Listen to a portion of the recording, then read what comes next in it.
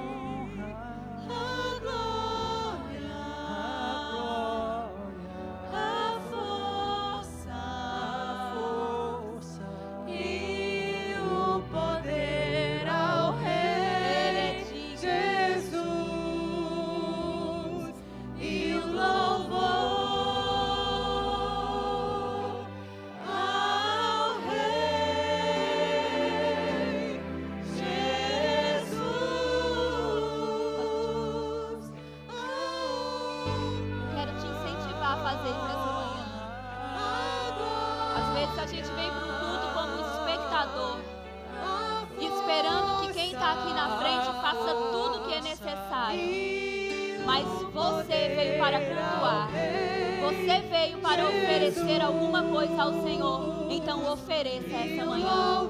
Você veio entregar alguma coisa que seja o seu sacrifício de louvor, o seu corpo aqui, a sua mente, a sua adoração. Então você pode com a sua boca dizer: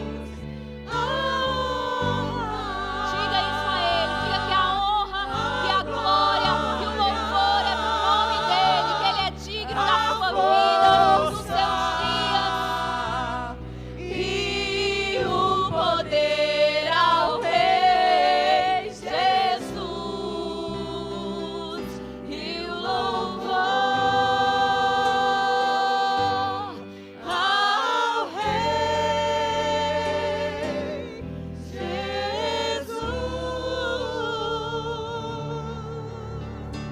Ao Senhor Jesus. Aleluia, aleluia, aleluia. Que manhã poderosa. Aleluia. Glória a Deus. Aleluia. Obrigada, gente. Aleluia. Aleluia. Deus é bom. Aleluia. Eu não consigo concentrar se tiver um teclado. Eu sei que muitas pessoas, quando vêm ministrar, conseguem enquanto alguém está tocando, mas se ele continuar tocando, eu vou cantar, não vou pregar. Então, irmão, é melhor se descer para ver se sai alguma coisa aqui, amém? Então, irmãos, bom dia, tá tudo bem com vocês? Aleluia, Deus é bom, Deus é muito bom. Eu estou me sentindo muito privilegiada de estar aqui e da oportunidade que eu tenho de dividir as coisas que o Senhor tem falado comigo. E no domingo, enquanto eu ouvia o pastor ministrando, ele falou algumas coisas que saltaram no meu coração. E eu quero dividir essas coisas com você essa manhã. Então, antes eu quero te contar que se por acaso eu levantar o meu cabelo aqui assim, você vê que tem um trem aqui, é porque o microfone não ficava quieto. E para ele não ficar dentro do meu olho, a gente colocou uma fita aqui. Então, as meninas falaram, não mexe no cabelo. Eu falei, mas não vou dar conta. Então, se eu esquecer e mexer, você vê uma fita aqui, está segurando o microfone, tá? Então, você pode abrir a Bíblia comigo, por favor, em Colossenses. Aleluia. Deus é bom. Deus é bom. Colossenses, no capítulo 2, e a gente vai ver algumas coisas aqui nesse texto. Antes eu quero te situar o que está acontecendo aqui nesse livro. Essa é uma carta que Paulo escreveu à igreja, aos colossenses, às pessoas que estavam em Colossos. E parece que a carta ela tem uma tônica, um pensamento que Paulo deseja que fique firme na mente desses irmãos. E é sobre Cristo ser o cabeça da igreja. Então, ele começa a colocar alguns fundamentos, e eu queria fazer isso aqui essa manhã, colocar alguns fundamentos para chegar lá onde a gente precisa chegar, amém? Você está com paciência? Está com o coração ensinável essa manhã?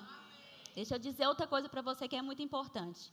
Mais importante do que aquilo que eu vou dizer é o que você vai fazer com aquilo que eu disser. Entendeu? Mais importante do que aquilo que eu vou dizer aqui é o que você vai fazer com aquilo que eu disser. Porque a palavra, para que ela tenha efeito, ela precisa ser praticada. A Bíblia diz que nós não podemos ser apenas ouvintes da palavra e não praticantes.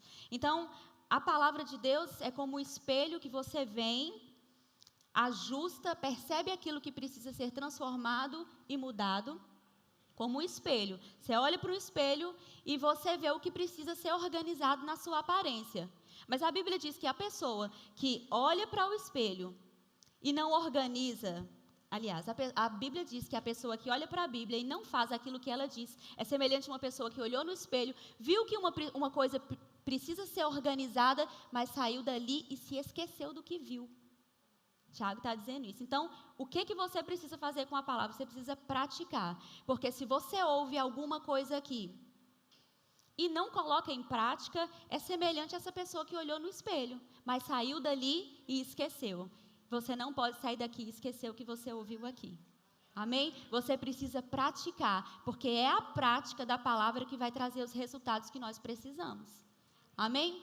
Quando eu estava pensando nessa palavra, um pensamento interessante me ocorreu, que é de que essa igreja é uma igreja tão abençoada, tão abençoada, que eu pensei assim, Senhor, essa palavra parece que nem encaixa na minha igreja. Esse pessoal é tão legal. Nós estamos aqui, se você participa lá do Telegram, você vai perceber que lá chama de família Verbo Leiria. Porque, de fato, nós somos uma família. E eu me orgulho muito disso, de que nós somos uma família.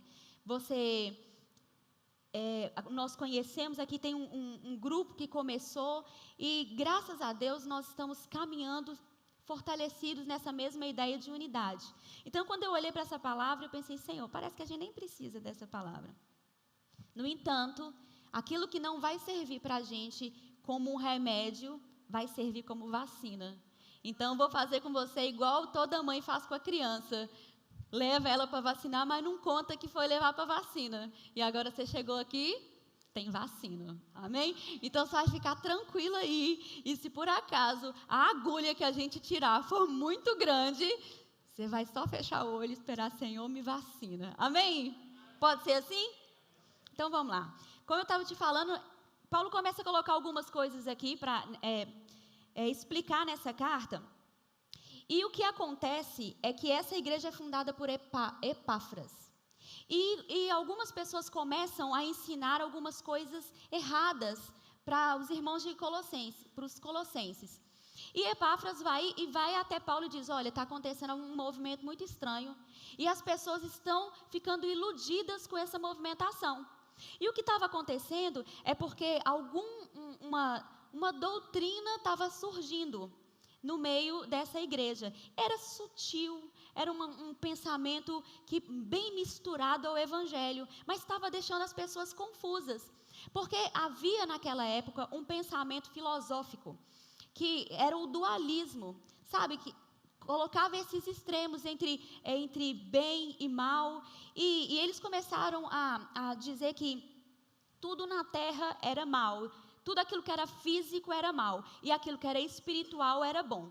E aí, a partir desse pensamento, que é uma filosofia humana, eles começaram a dizer assim, se Jesus, que é Deus, que é espiritual, veio para a terra, e ele se misturou com a terra, então quer dizer que ele, que era bom, agora não está tão bom assim. E começaram a duvidar da divindade de Cristo. E era esse pensamento que estava se formando na igreja de Colossos. E aí Paulo começa a colocar aqui uns fundamentos, ele começa a falar da supremacia de Cristo. E é tão interessante que é por isso que no capítulo 1 ele começa a dizer que Cristo é a imagem de Deus. que ele é o cabeça e que todas as coisas provêm do cabeça. Porque olha só, se essa doutrina entra na igreja e começa a duvidar de quem Cristo é, essa igreja está comprometida, você concorda comigo? Eles passam então a duvidar daquilo que é a essência do evangelho. Então Paulo manda essa carta e ele começa a dizer, gente, presta atenção. Vocês precisam tomar cuidado. E se você vai comigo aí no capítulo 2, a partir do versículo 4, ele começa a dar algumas advertências a partir dessas falsas doutrinas. E ele diz assim no versículo 6. Vamos começar do 4 mesmo. Digo isso para que ninguém vos engane com palavras convincentes. Deixa eu parar aqui para dizer isso. Irmãos, palavras convincentes. Eu gosto muito do que Paulo diz em outra carta, que ele fala assim, se não me engano, da igreja de Corinto, ele fala, quando eu fui ter convosco, eu não fui ter com palavras persuasivas, mas em manifestação do poder de Deus. Porque um pensamento filosófico naquela época era algo que ditava, as pessoas estavam no meio da filosofia e elas iam para todo lado, quando alguém levantava um pensamento, todo mundo corria para aquele pensamento. Então, aquele que tivesse um argumento melhor, levava. Então, quando ele está dizendo assim, olha, vocês precisam tomar cuidado para que ninguém engane vocês com palavras persuasivas. E as pessoas acham que é aquilo que é bonito, que é aquilo que parece que está tudo encaixando, é a verdade. Mas se é contrário à palavra, a gente precisa correr disso. Mesmo que tenha uma aparência que está tudo certo, a gente precisa olhar para a palavra e ver se encaixa naquilo que a Bíblia diz. E aí ele está dizendo assim, olha, pois ainda que esteja ausente quanto ao corpo, contudo em espírito estou convosco, regozijando-me e vendo a vossa ordem e a firmeza da vossa fé em Cristo. Portanto, assim como recebestes Cristo Jesus o Senhor, assim também andai nele, arraigados e edificados nele, e confirmados na fé, assim como fostes ensinados, crescendo em ação de graça. E aí ele continua falando sobre a circuncisão, e ele fala dessa movimentação, e quando é no versículo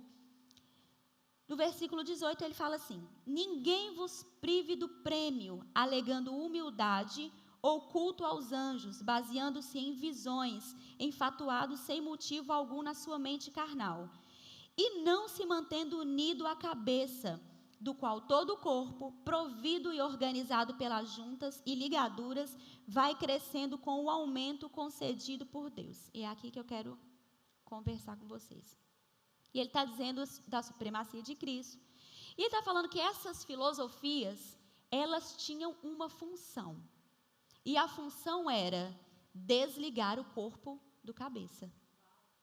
Toda essa filosofia tinha esse objetivo. Então, ela entrava sorrateiramente entre a igreja, era uma coisa que era imperceptível. Sabe aquela história assim de 99% verdade, mas tem aquele 1% que as pessoas dizem assim, não tem nada a ver. Isso não tem problema. Isso aqui a gente mistura, mas tem 99% de verdade. Mas era exatamente esse 1% que estava dizendo que Cristo não era o Senhor. Percebe como isso compromete tudo aquilo que o Evangelho estava construindo naquela época? Então ele fala assim, olha, cuidado para que ninguém prive vocês do prêmio. O que é o prêmio? É estar ligado ao cabeça. Você e eu compomos o corpo de Cristo, e a gente vê isso em 1 Coríntios no capítulo 12. Nós estamos organizados num corpo. E esse corpo, ele tem muitos membros. E cada membro tem a sua função. E ele está dizendo assim, essas doutrinas, essas falsas doutrinas, elas entram e elas vão privar você de ser alimentado do cabeça. E vai fazer com que esse corpo não funcione como ele deveria funcionar. E aqui no versículo 19 ele fala assim, provido e organizado pelas juntas e ligaduras. Eu comecei a meditar nesse texto e o pastor estava falando aqui e ele citou esse versículo no domingo. E na hora que ele falou assim, juntas e ligaduras, meu Deus, uma coisa saltou dentro de mim. E eu comecei a pensar e remoer isso a semana toda. Juntas e ligaduras. Então, eu vou te convidar para entrar aqui numa viagem, mas vai dar tudo certo, tá? Imagina um corpo. A Bíblia está dizendo que você e eu compomos esse corpo, que cada um é um membro. Então, no capítulo 12 de 1 Coríntios, ele está falando assim, um é braço, outro é pé, um é o olho não, desculpa, que está na cabeça. Um é braço, perna, e assim a gente vai compondo. Mas aqui ele está dizendo assim, que nós somos providos, ou seja, nós somos abastecidos e nós somos ligados por juntas e ligamentos. E é fácil perceber isso quando você olha para o corpo humano. Agora, você imagina, pense você é a parte do corpo que você é. Você é o braço, você é a perna, mas você não está ligado ao outro membro ou ao outro irmão diretamente. Se você olha para o meu braço, este osso está ligado a este osso com uma junta e um ligamento. Agora, pense comigo, se não houvesse essa junta e não houvesse esse ligamento aqui, o que ia acontecer com o meu braço?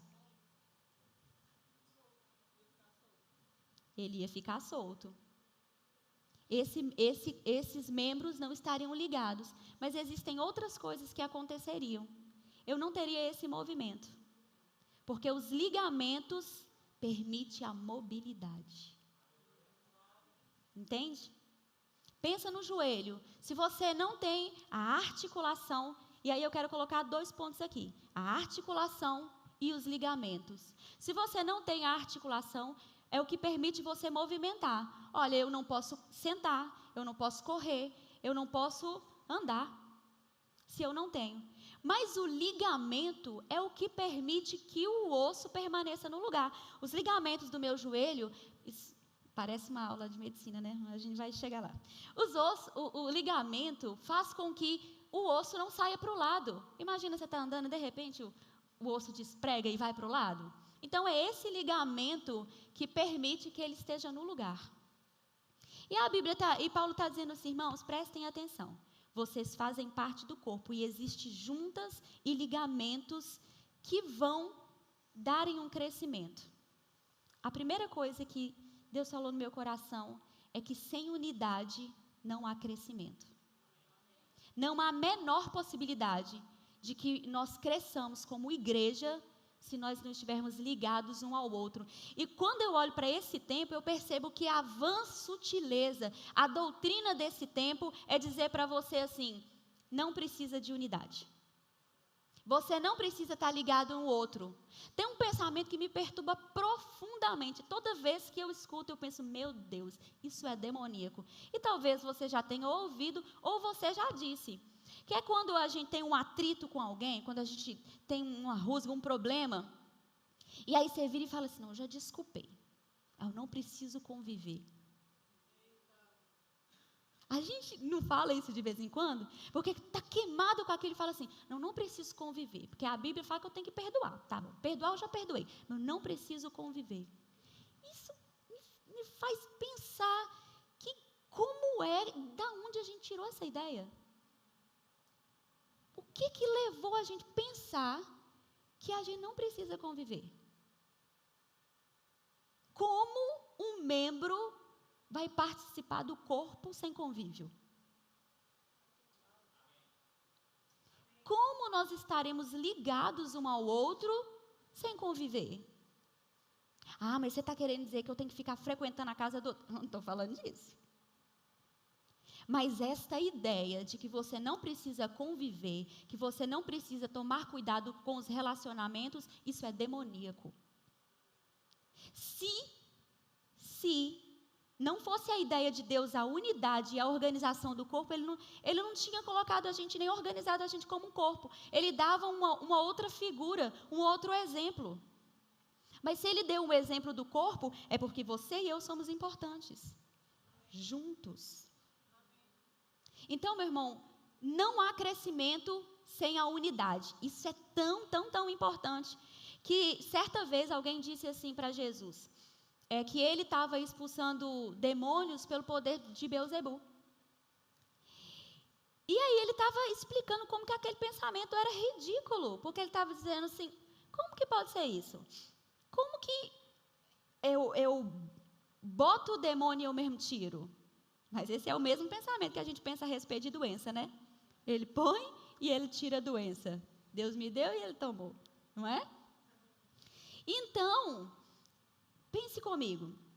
Ele tá contando e falou assim, gente, é absurdo isso. Se eu expulso pelo poder de Beelzebul, isso quer dizer que o que eu estou fazendo, o império está dividido. E onde há divisão, não há crescimento. E aí ele diz uma coisa que eu adoro, ele fala assim, porque quem não está juntando comigo, espalha. Você pode repetir isso? Quem não junta comigo, espalha. Não há crescimento sem a unidade. É quando nós estamos unidos que nós crescemos. Em Efésios, no capítulo 3, Paulo diz assim, que é junto com todos os santos que nós conhecemos a largura, a profundidade e a altura do amor de Deus. Sua compreensão sobre Deus está totalmente ligado ao outro. E é tão legal porque, pense comigo, quando a Bíblia diz em Efésios, também no capítulo 4, fala que sobre os 5 dons ministeriais, que é o pastor, mestre, evangelista, profeta, qualquer outro, e o apóstolo. E esses dons foram dados para o aperfeiçoamento da igreja. Ou seja, um pastor e um apóstolo, ele não vai ter serventia nenhum se não tem a gente. Se não tem o resto. Porque aquela habilidade, aquele dom é dado para o outro. Da mesma maneira, quando nós vemos as manifestações do Espírito, e quando uma pessoa recebe de Deus palavra de sabedoria, palavra de conhecimento, ela recebe para quem? Ela recebe para o outro. O dom é para o outro, não é para você. Agora, se não tem o outro, para que serviriam as manifestações do Espírito? Elas não serviriam. Ou seja, Deus nos organizou num corpo e Ele queria que nós crescêssemos juntos. Agora, você sabe também que acontece muitas vezes em que as pessoas sofram acidentes e elas podem ter problemas nesses ligamentos e nessa articulação. Uma pessoa pode romper um ligamento. E depois de romper um ligamento, essa pessoa pode fazer com que essa articulação fique friccionando o outro osso até causar um desgaste. E esse desgaste vai provocar uma dor aguda, pode causar inchaço, sabe? E pode lesionar e pode fazer com que aquele membro não funcione mais. Percebe isso às vezes dentro da igreja? Quando um membro entra em atrito com o outro? Que silêncio. Sabe, quando a gente permite dentro do nosso coração que os atritos tragam problemas. Então aqui a gente precisa colocar outra coisa legal, que a igreja é um lugar de pessoas. Você sabe disso? E que onde tem pessoas também tem aquela porção legal de problema? Então tem. Toda igreja tem. Aí você chegou aqui e está apaixonado com essa igreja. Nossa, essa igreja é legal demais. Essa igreja... Uma hora você fica decepcionado. Ô irmã, isso é certo? Certo. Nossa, está me deixando desanimado. Sinto muito. Mas é bem assim. Porque onde tem gente, também tem decepção. Também causa frustração. Porque muitas das vezes a gente coloca a responsabilidade do relacionamento no outro e não na gente mesmo. A gente acha que o outro tem que produzir aquilo que nós deveríamos produzir, que o outro tem que fazer aquilo que eu tenho que fazer. E é por isso que vem as frustrações. O que é uma frustração? Frustração é quando você projeta uma expectativa em cima de alguém e aquela pessoa não supre. Não é isso que é uma frustração? Quando você espera que algo aconteça e aquilo não acontece. E muitas vezes nós não somos honestos com a projeção ou com a expectativa que a gente coloca no outro. Porque a gente é muito condescendente e muito bonzinho quando é com a gente, mas quando é com o outro, não. A gente gosta quando você mesmo erra, você fala assim, ai gente, mas pega leve. olha, considera aí minha situação. Eu também tive, e apresenta todas as desculpas. Quando é o outro, a gente vai com 2 pesos e 2 medidas. E a ferro e fogo. Não, porque aposto que o fulano. É assim. E o que acontece? Essa articulação começa a dar atrito. E aí vem a dor. E aí é aquela história que a gente ouve sempre. Fulano saiu da igreja porque o outro machucou. Nossa, eu conheço um tanto de gente ferida. Vou contar uma coisa para vocês aqui. Eu tenho uma irmã, não, eu tenho muitas irmãs, mas uma irmã minha, lá em Minas, esses dias, estava orando e pensei, meu Deus, tem que ligar para ela. E aí liguei para ela e a gente começou a conversar. E aquela conversa era uma conversa providencial, do Espírito mesmo, porque na hora que eu liguei, ela começou a me contar umas coisas, e eu vi que ela estava muito nervosa. Ela estava muito nervosa. E eu falei, vai falando, minha irmã. E aí ela começou a falar, porque o fulano age assim, e comporta desse jeito, isso não está certo. Olha o que a palavra diz. A palavra diz que tem que ser assim. Eram todos bons argumentos. Todos, posso te garantir. E ela estava bem nervosa, com bons argumentos. E aí ela estava assim, a pessoa não pode agir desse jeito, porque a palavra diz que tem que ser assim. A palavra está falando, mas ela não está agindo. Olha, eu conheci fulano que saiu da igreja por causa disso, sabia? Pense em uma pessoa baixinha, invocada e nervosa.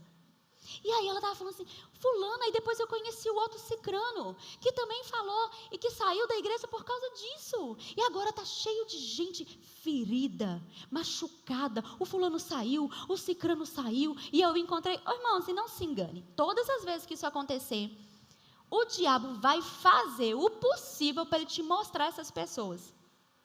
Vai sair gente brotando do chão para te contar uma insatisfação. Quando? Quando você estiver em atrito. Quando aquele atrito já fez um inchaço. Quando aquilo já está causando incômodo para você. Ele sempre vai mostrar um outro joelho que dói também. Por quê? Porque na hora que você olhar para aquele joelho e vai falar assim, qual que foi a solução que você arrumou mesmo? Aí a outra pessoa vai falar assim, eu saí da igreja, que eu não estava satisfeito de sair. Aí você fala assim, já sei, eu vou sair também. E sempre vai te mostrar alguém insatisfeito com você. Então, para isso, a gente precisa tomar um cuidado. Porque o diabo sempre vai unir a gente com os insatisfeitos. Sempre, sempre, sempre. Dá uma procurada na igreja. Onde você encontrar um insatisfeito, você acha o outro. Porque às vezes as pessoas não dividem bênçãos. Elas não contam as coisas de crescimento. Mas quando tem uma raiz de amargura, aquele trem alastra. E todo mundo conta para o outro, que contou para o outro, e aquilo já virou uma bagunça. E aí ela me contando, e eu ouvi. Depois eu falei assim, irmã, mas quem é que disse que você podia sentar nessa cadeira de juiz? Em que momento foi que alguém te permitiu sentar nessa cadeira?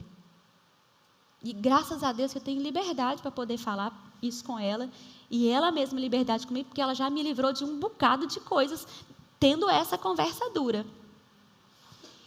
Eu falei assim, irmã, não pode. O juiz da nossa vida é o Senhor. Ele é quem pode determinar a qualidade do serviço do outro, não somos nós. E se você vai sentar nessa cadeira de juiz, você tem um problema, porque a primeira pessoa julgada vai ter que ser você.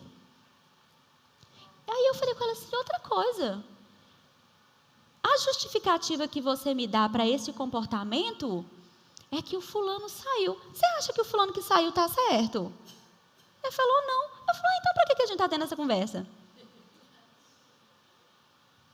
Mas é porque quando tem um desgaste, quando a gente entra em atrito, quando um membro entra em atrito com o outro, a gente começa a achar até aquilo que é absurdo como certo. A gente começa a considerar as coisas. Mas não é isso que a Bíblia nos manda fazer. A Bíblia manda a gente ter outro comportamento. E é muito engraçado como que a gente gosta de jogar o nosso comportamento para o outro. Isso acontece em tudo. Isso acontece em casamento. Isso acontece nas nossas relações. Você não acha que não vai acontecer aqui na igreja?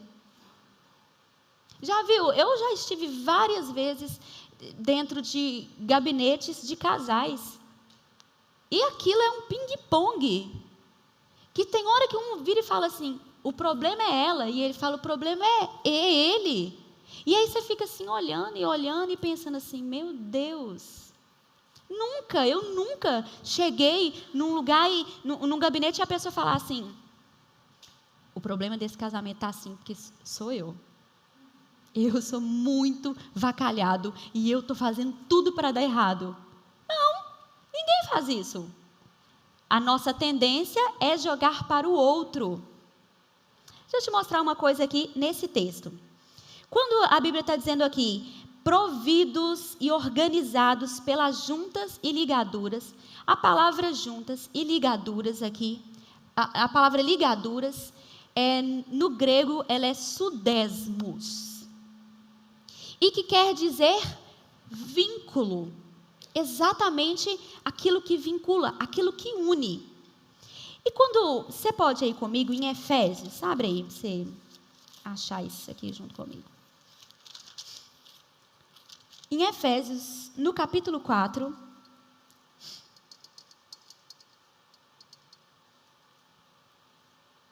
no versículo 3, fala assim, ó. Procurando guardar a unidade do Espírito no vínculo da paz. Essa palavra vínculo aqui é a mesma dos ligamentos lá, também é sudesmos. Então, qual que é o vínculo que a Bíblia está nos apresentando aqui? A paz. Então, a Bíblia está já mostrando para a gente o que é que nós precisamos para ser provido, alimentado e estar ligado no outro. A gente precisa de paz. E a Bíblia diz assim que no que depender da gente, você precisa ter paz com o outro. Você sabia que paz é fruto do Espírito? Agora, o que acontece? Você que é um bom membro, participante desse corpo. Acontece é que aqui, está esse membro aqui, está esse outro membro, e aqui estão as juntas. Então, a gente já sabe que essa junta aqui é sudesmos. E que sudesmos quer dizer o vínculo. E a gente sabe aqui pelo texto de Efésios que o vínculo é a paz.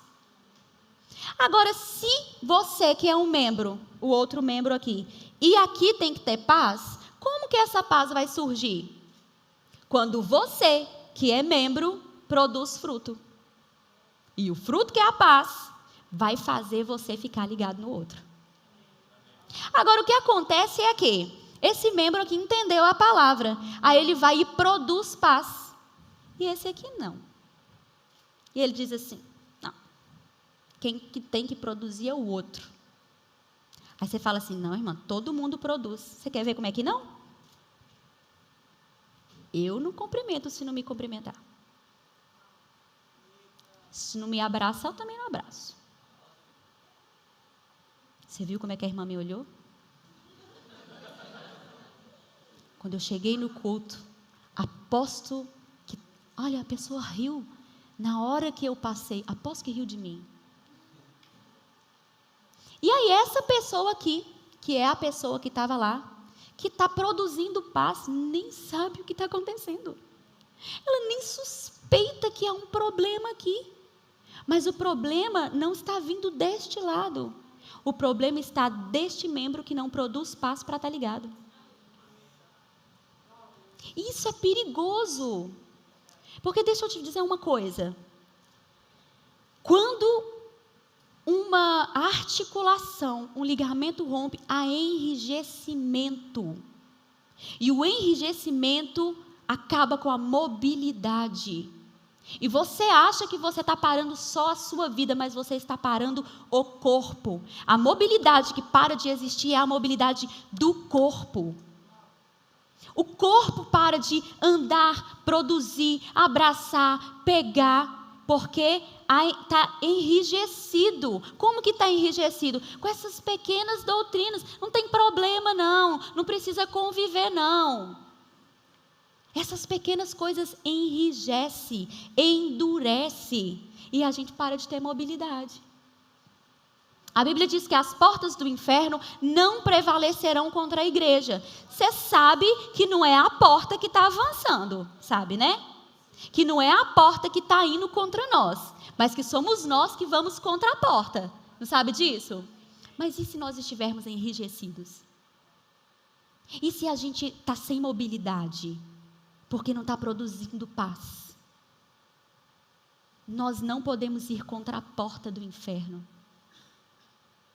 O que é preocupante quando nós paramos de produzir os frutos é porque a gente acha que está parando só a nossa vida, mas você tem uma responsabilidade no corpo, você tem uma responsabilidade de produzir, você tem uma responsabilidade de fazer com que as coisas aqui funcionem. Como?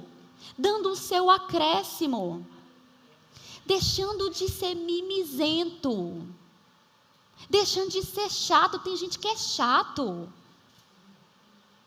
Sabe, no que depende de você, tem paz. Para de queimar com tanta facilidade. Sabe, produz fruto. Paz. Paz. A paz vai te ajudar. Ela vai te ajudar na convivência.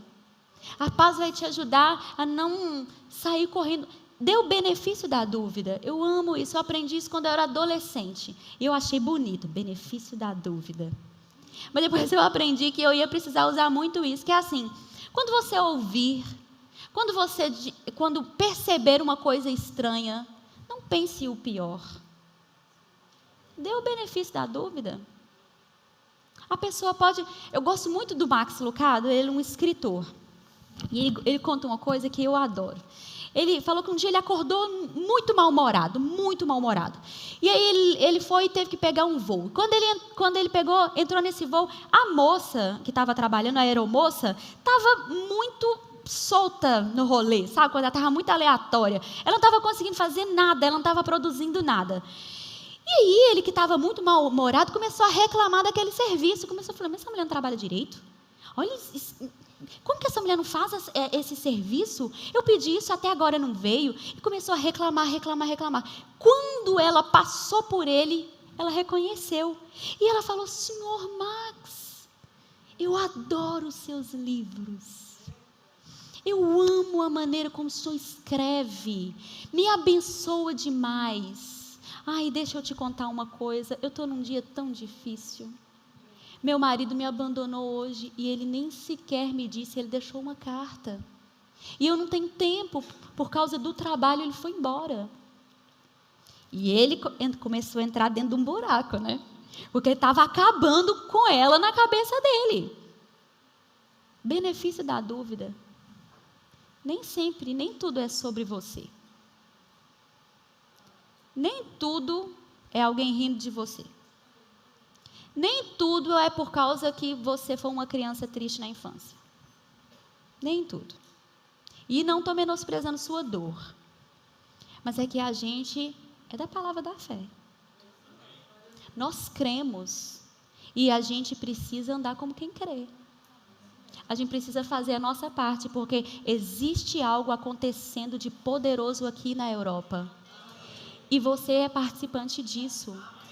Você precisa proporcionar para esse corpo a mobilidade correta. Você precisa fazer com que essa igreja funcione. Porque quando a gente está dizendo assim, a igreja não deu certo, você também não deu. A igreja não está legal, você está falando de você mesmo. Já reparou como é que a gente fala? Essa igreja é uma igreja estranha. E você acha que a igreja é a parede? Você está dizendo que você é estranho. Mobilidade.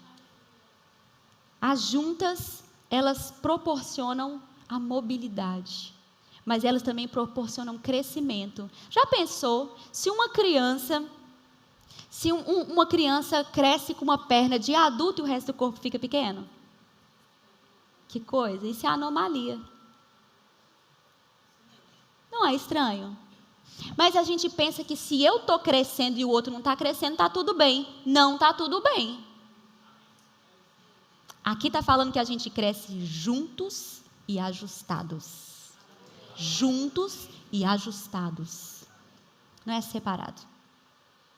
Então, sem unidade não há crescimento. Segunda coisa que eu aprendo aqui, você precisa fazer sua parte. Produza fruto do Espírito. Você já tem aí a sementinha, você precisa fazer crescer. Como que eu sou paciente? Sendo paciente. Tem nenhum segredo. Como é que você exercitando? Você precisa, na hora que uma situação que exige de você paciência, seja paciente. Só que às vezes a gente é briguento, a gente prefere brigar, a gente prefere resolver as coisas de outra maneira e não conforme a Bíblia nos ensina. Terceira coisa que eu aprendo, você precisa nutrir as juntas e os ligamentos. Você precisa exercitar essas juntas e esse ligamento. Agora, a Bíblia não fala de um só ligamento. Deixa eu te mostrar aqui outro ligamento. Eu fiz uma anotação aqui. Colossenses mesmo. No capítulo 3, no versículo 14, diz assim. Vamos ler o 13 também, que ele é muito bom. Suportai-vos uns aos outros. Você sabe que suportar não é aguentar aquela pessoa entojada não, né? Não, ok. Suportar é dar suporte, é ajudar, é auxiliar. Perdoai-vos uns aos outros. Se alguém tiver queixa contra outrem, assim como o Senhor vos perdoou, assim também perdoai vós. E acima de tudo, porém, revesti-vos de amor, que é o vínculo da perfeição. Aqui, de novo, a palavra vínculo é sudesmos, que é um ligamento. Agora, qual o ligamento que a Bíblia está falando? Amor.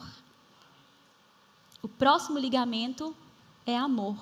O que me une a você é o amor. O que deveria nos unir é o amor.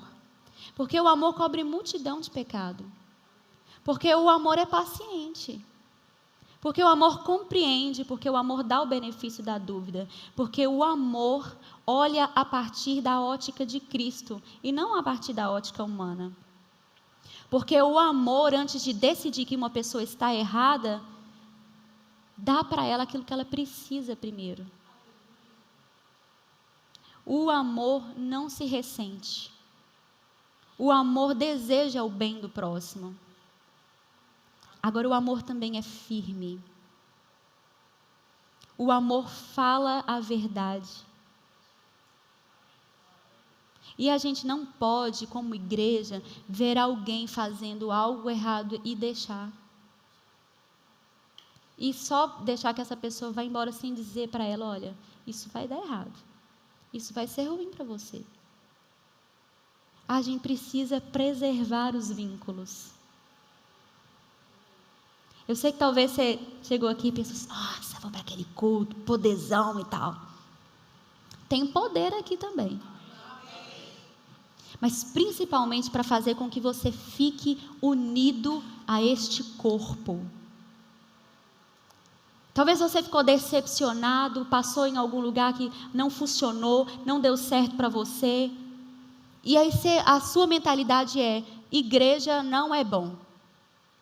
Eu não vou participar de nenhuma outra igreja. Eu não vou me envolver mais. Eu posso até ir, eu vou. Mas chegar lá não vou fazer nada.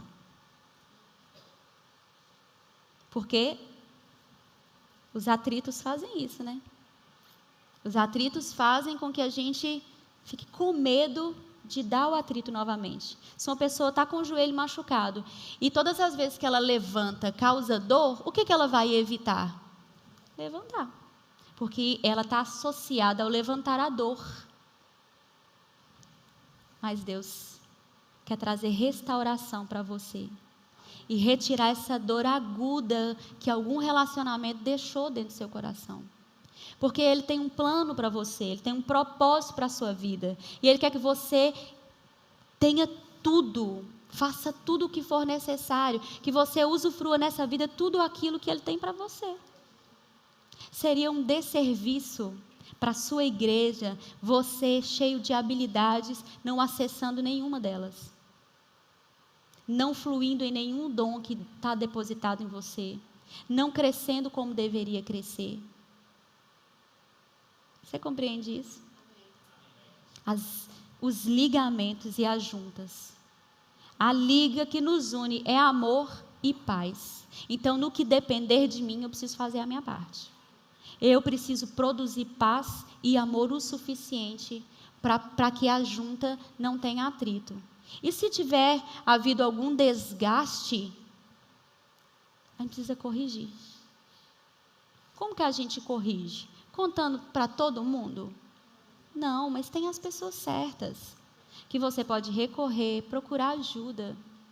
É melhor do que quando a gente tem aquele pensamento assim, vou sair da igreja.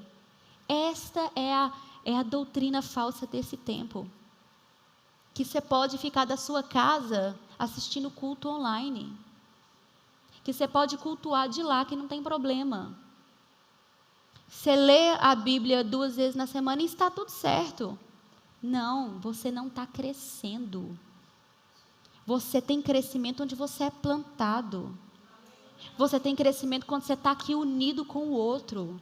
Você tem crescimento quando você fica aqui e deixa a água de Deus te molhar. Quando você vem para cá e recebe aquilo que Deus tem para você. Quando junto com o corpo você aceita ser exercitado. Provérbios no capítulo 27, no versículo 17, diz que ferro é afiado com ferro. Sabe como é que um irmão é melhorado? Com o outro. É o convívio que faz a gente ficar melhor.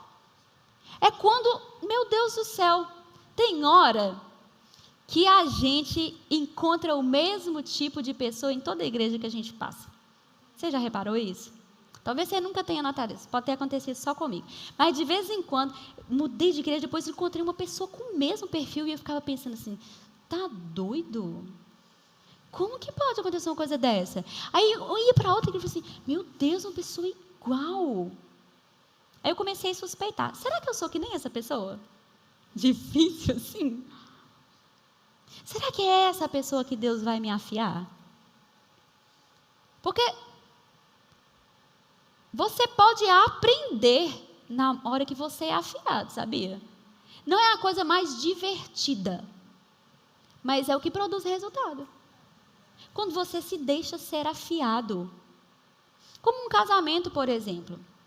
Eu sei que, às vezes, quando eu já ouvi as pessoas comentando e perguntando a respeito, por exemplo, do meu casamento, nem sempre foi tão divertido assim. Nem sempre foi tão bom assim. Porque o Bruno e eu éramos bem diferentes no começo. Agora, eu já nem sei mais o gosto de quem que é, que já está tudo muito misturado. Mas, no começo, as nossas diferenças falavam muito alto. E a gente entrou uma vez num tempo que era uma queda de braço. Eu não vou ceder, ele também não vai ceder. E aí ele ficava de lá, me provocando, e eu ficava de cá provocando. E aí, às vezes, sabe o que eu fazia? Como toda mulher bem sábia, quando ele me irritava, quando fazia alguma coisa, eu falava assim, você não tem nada para me falar, não? E aí ele, bem sábio, falava comigo assim, eu tenho alguma coisa para te falar? E você sabe, como esposa, que não tem nada mais irritante quando você tem certeza que a pessoa fez uma coisa de propósito contra você e ela não admite.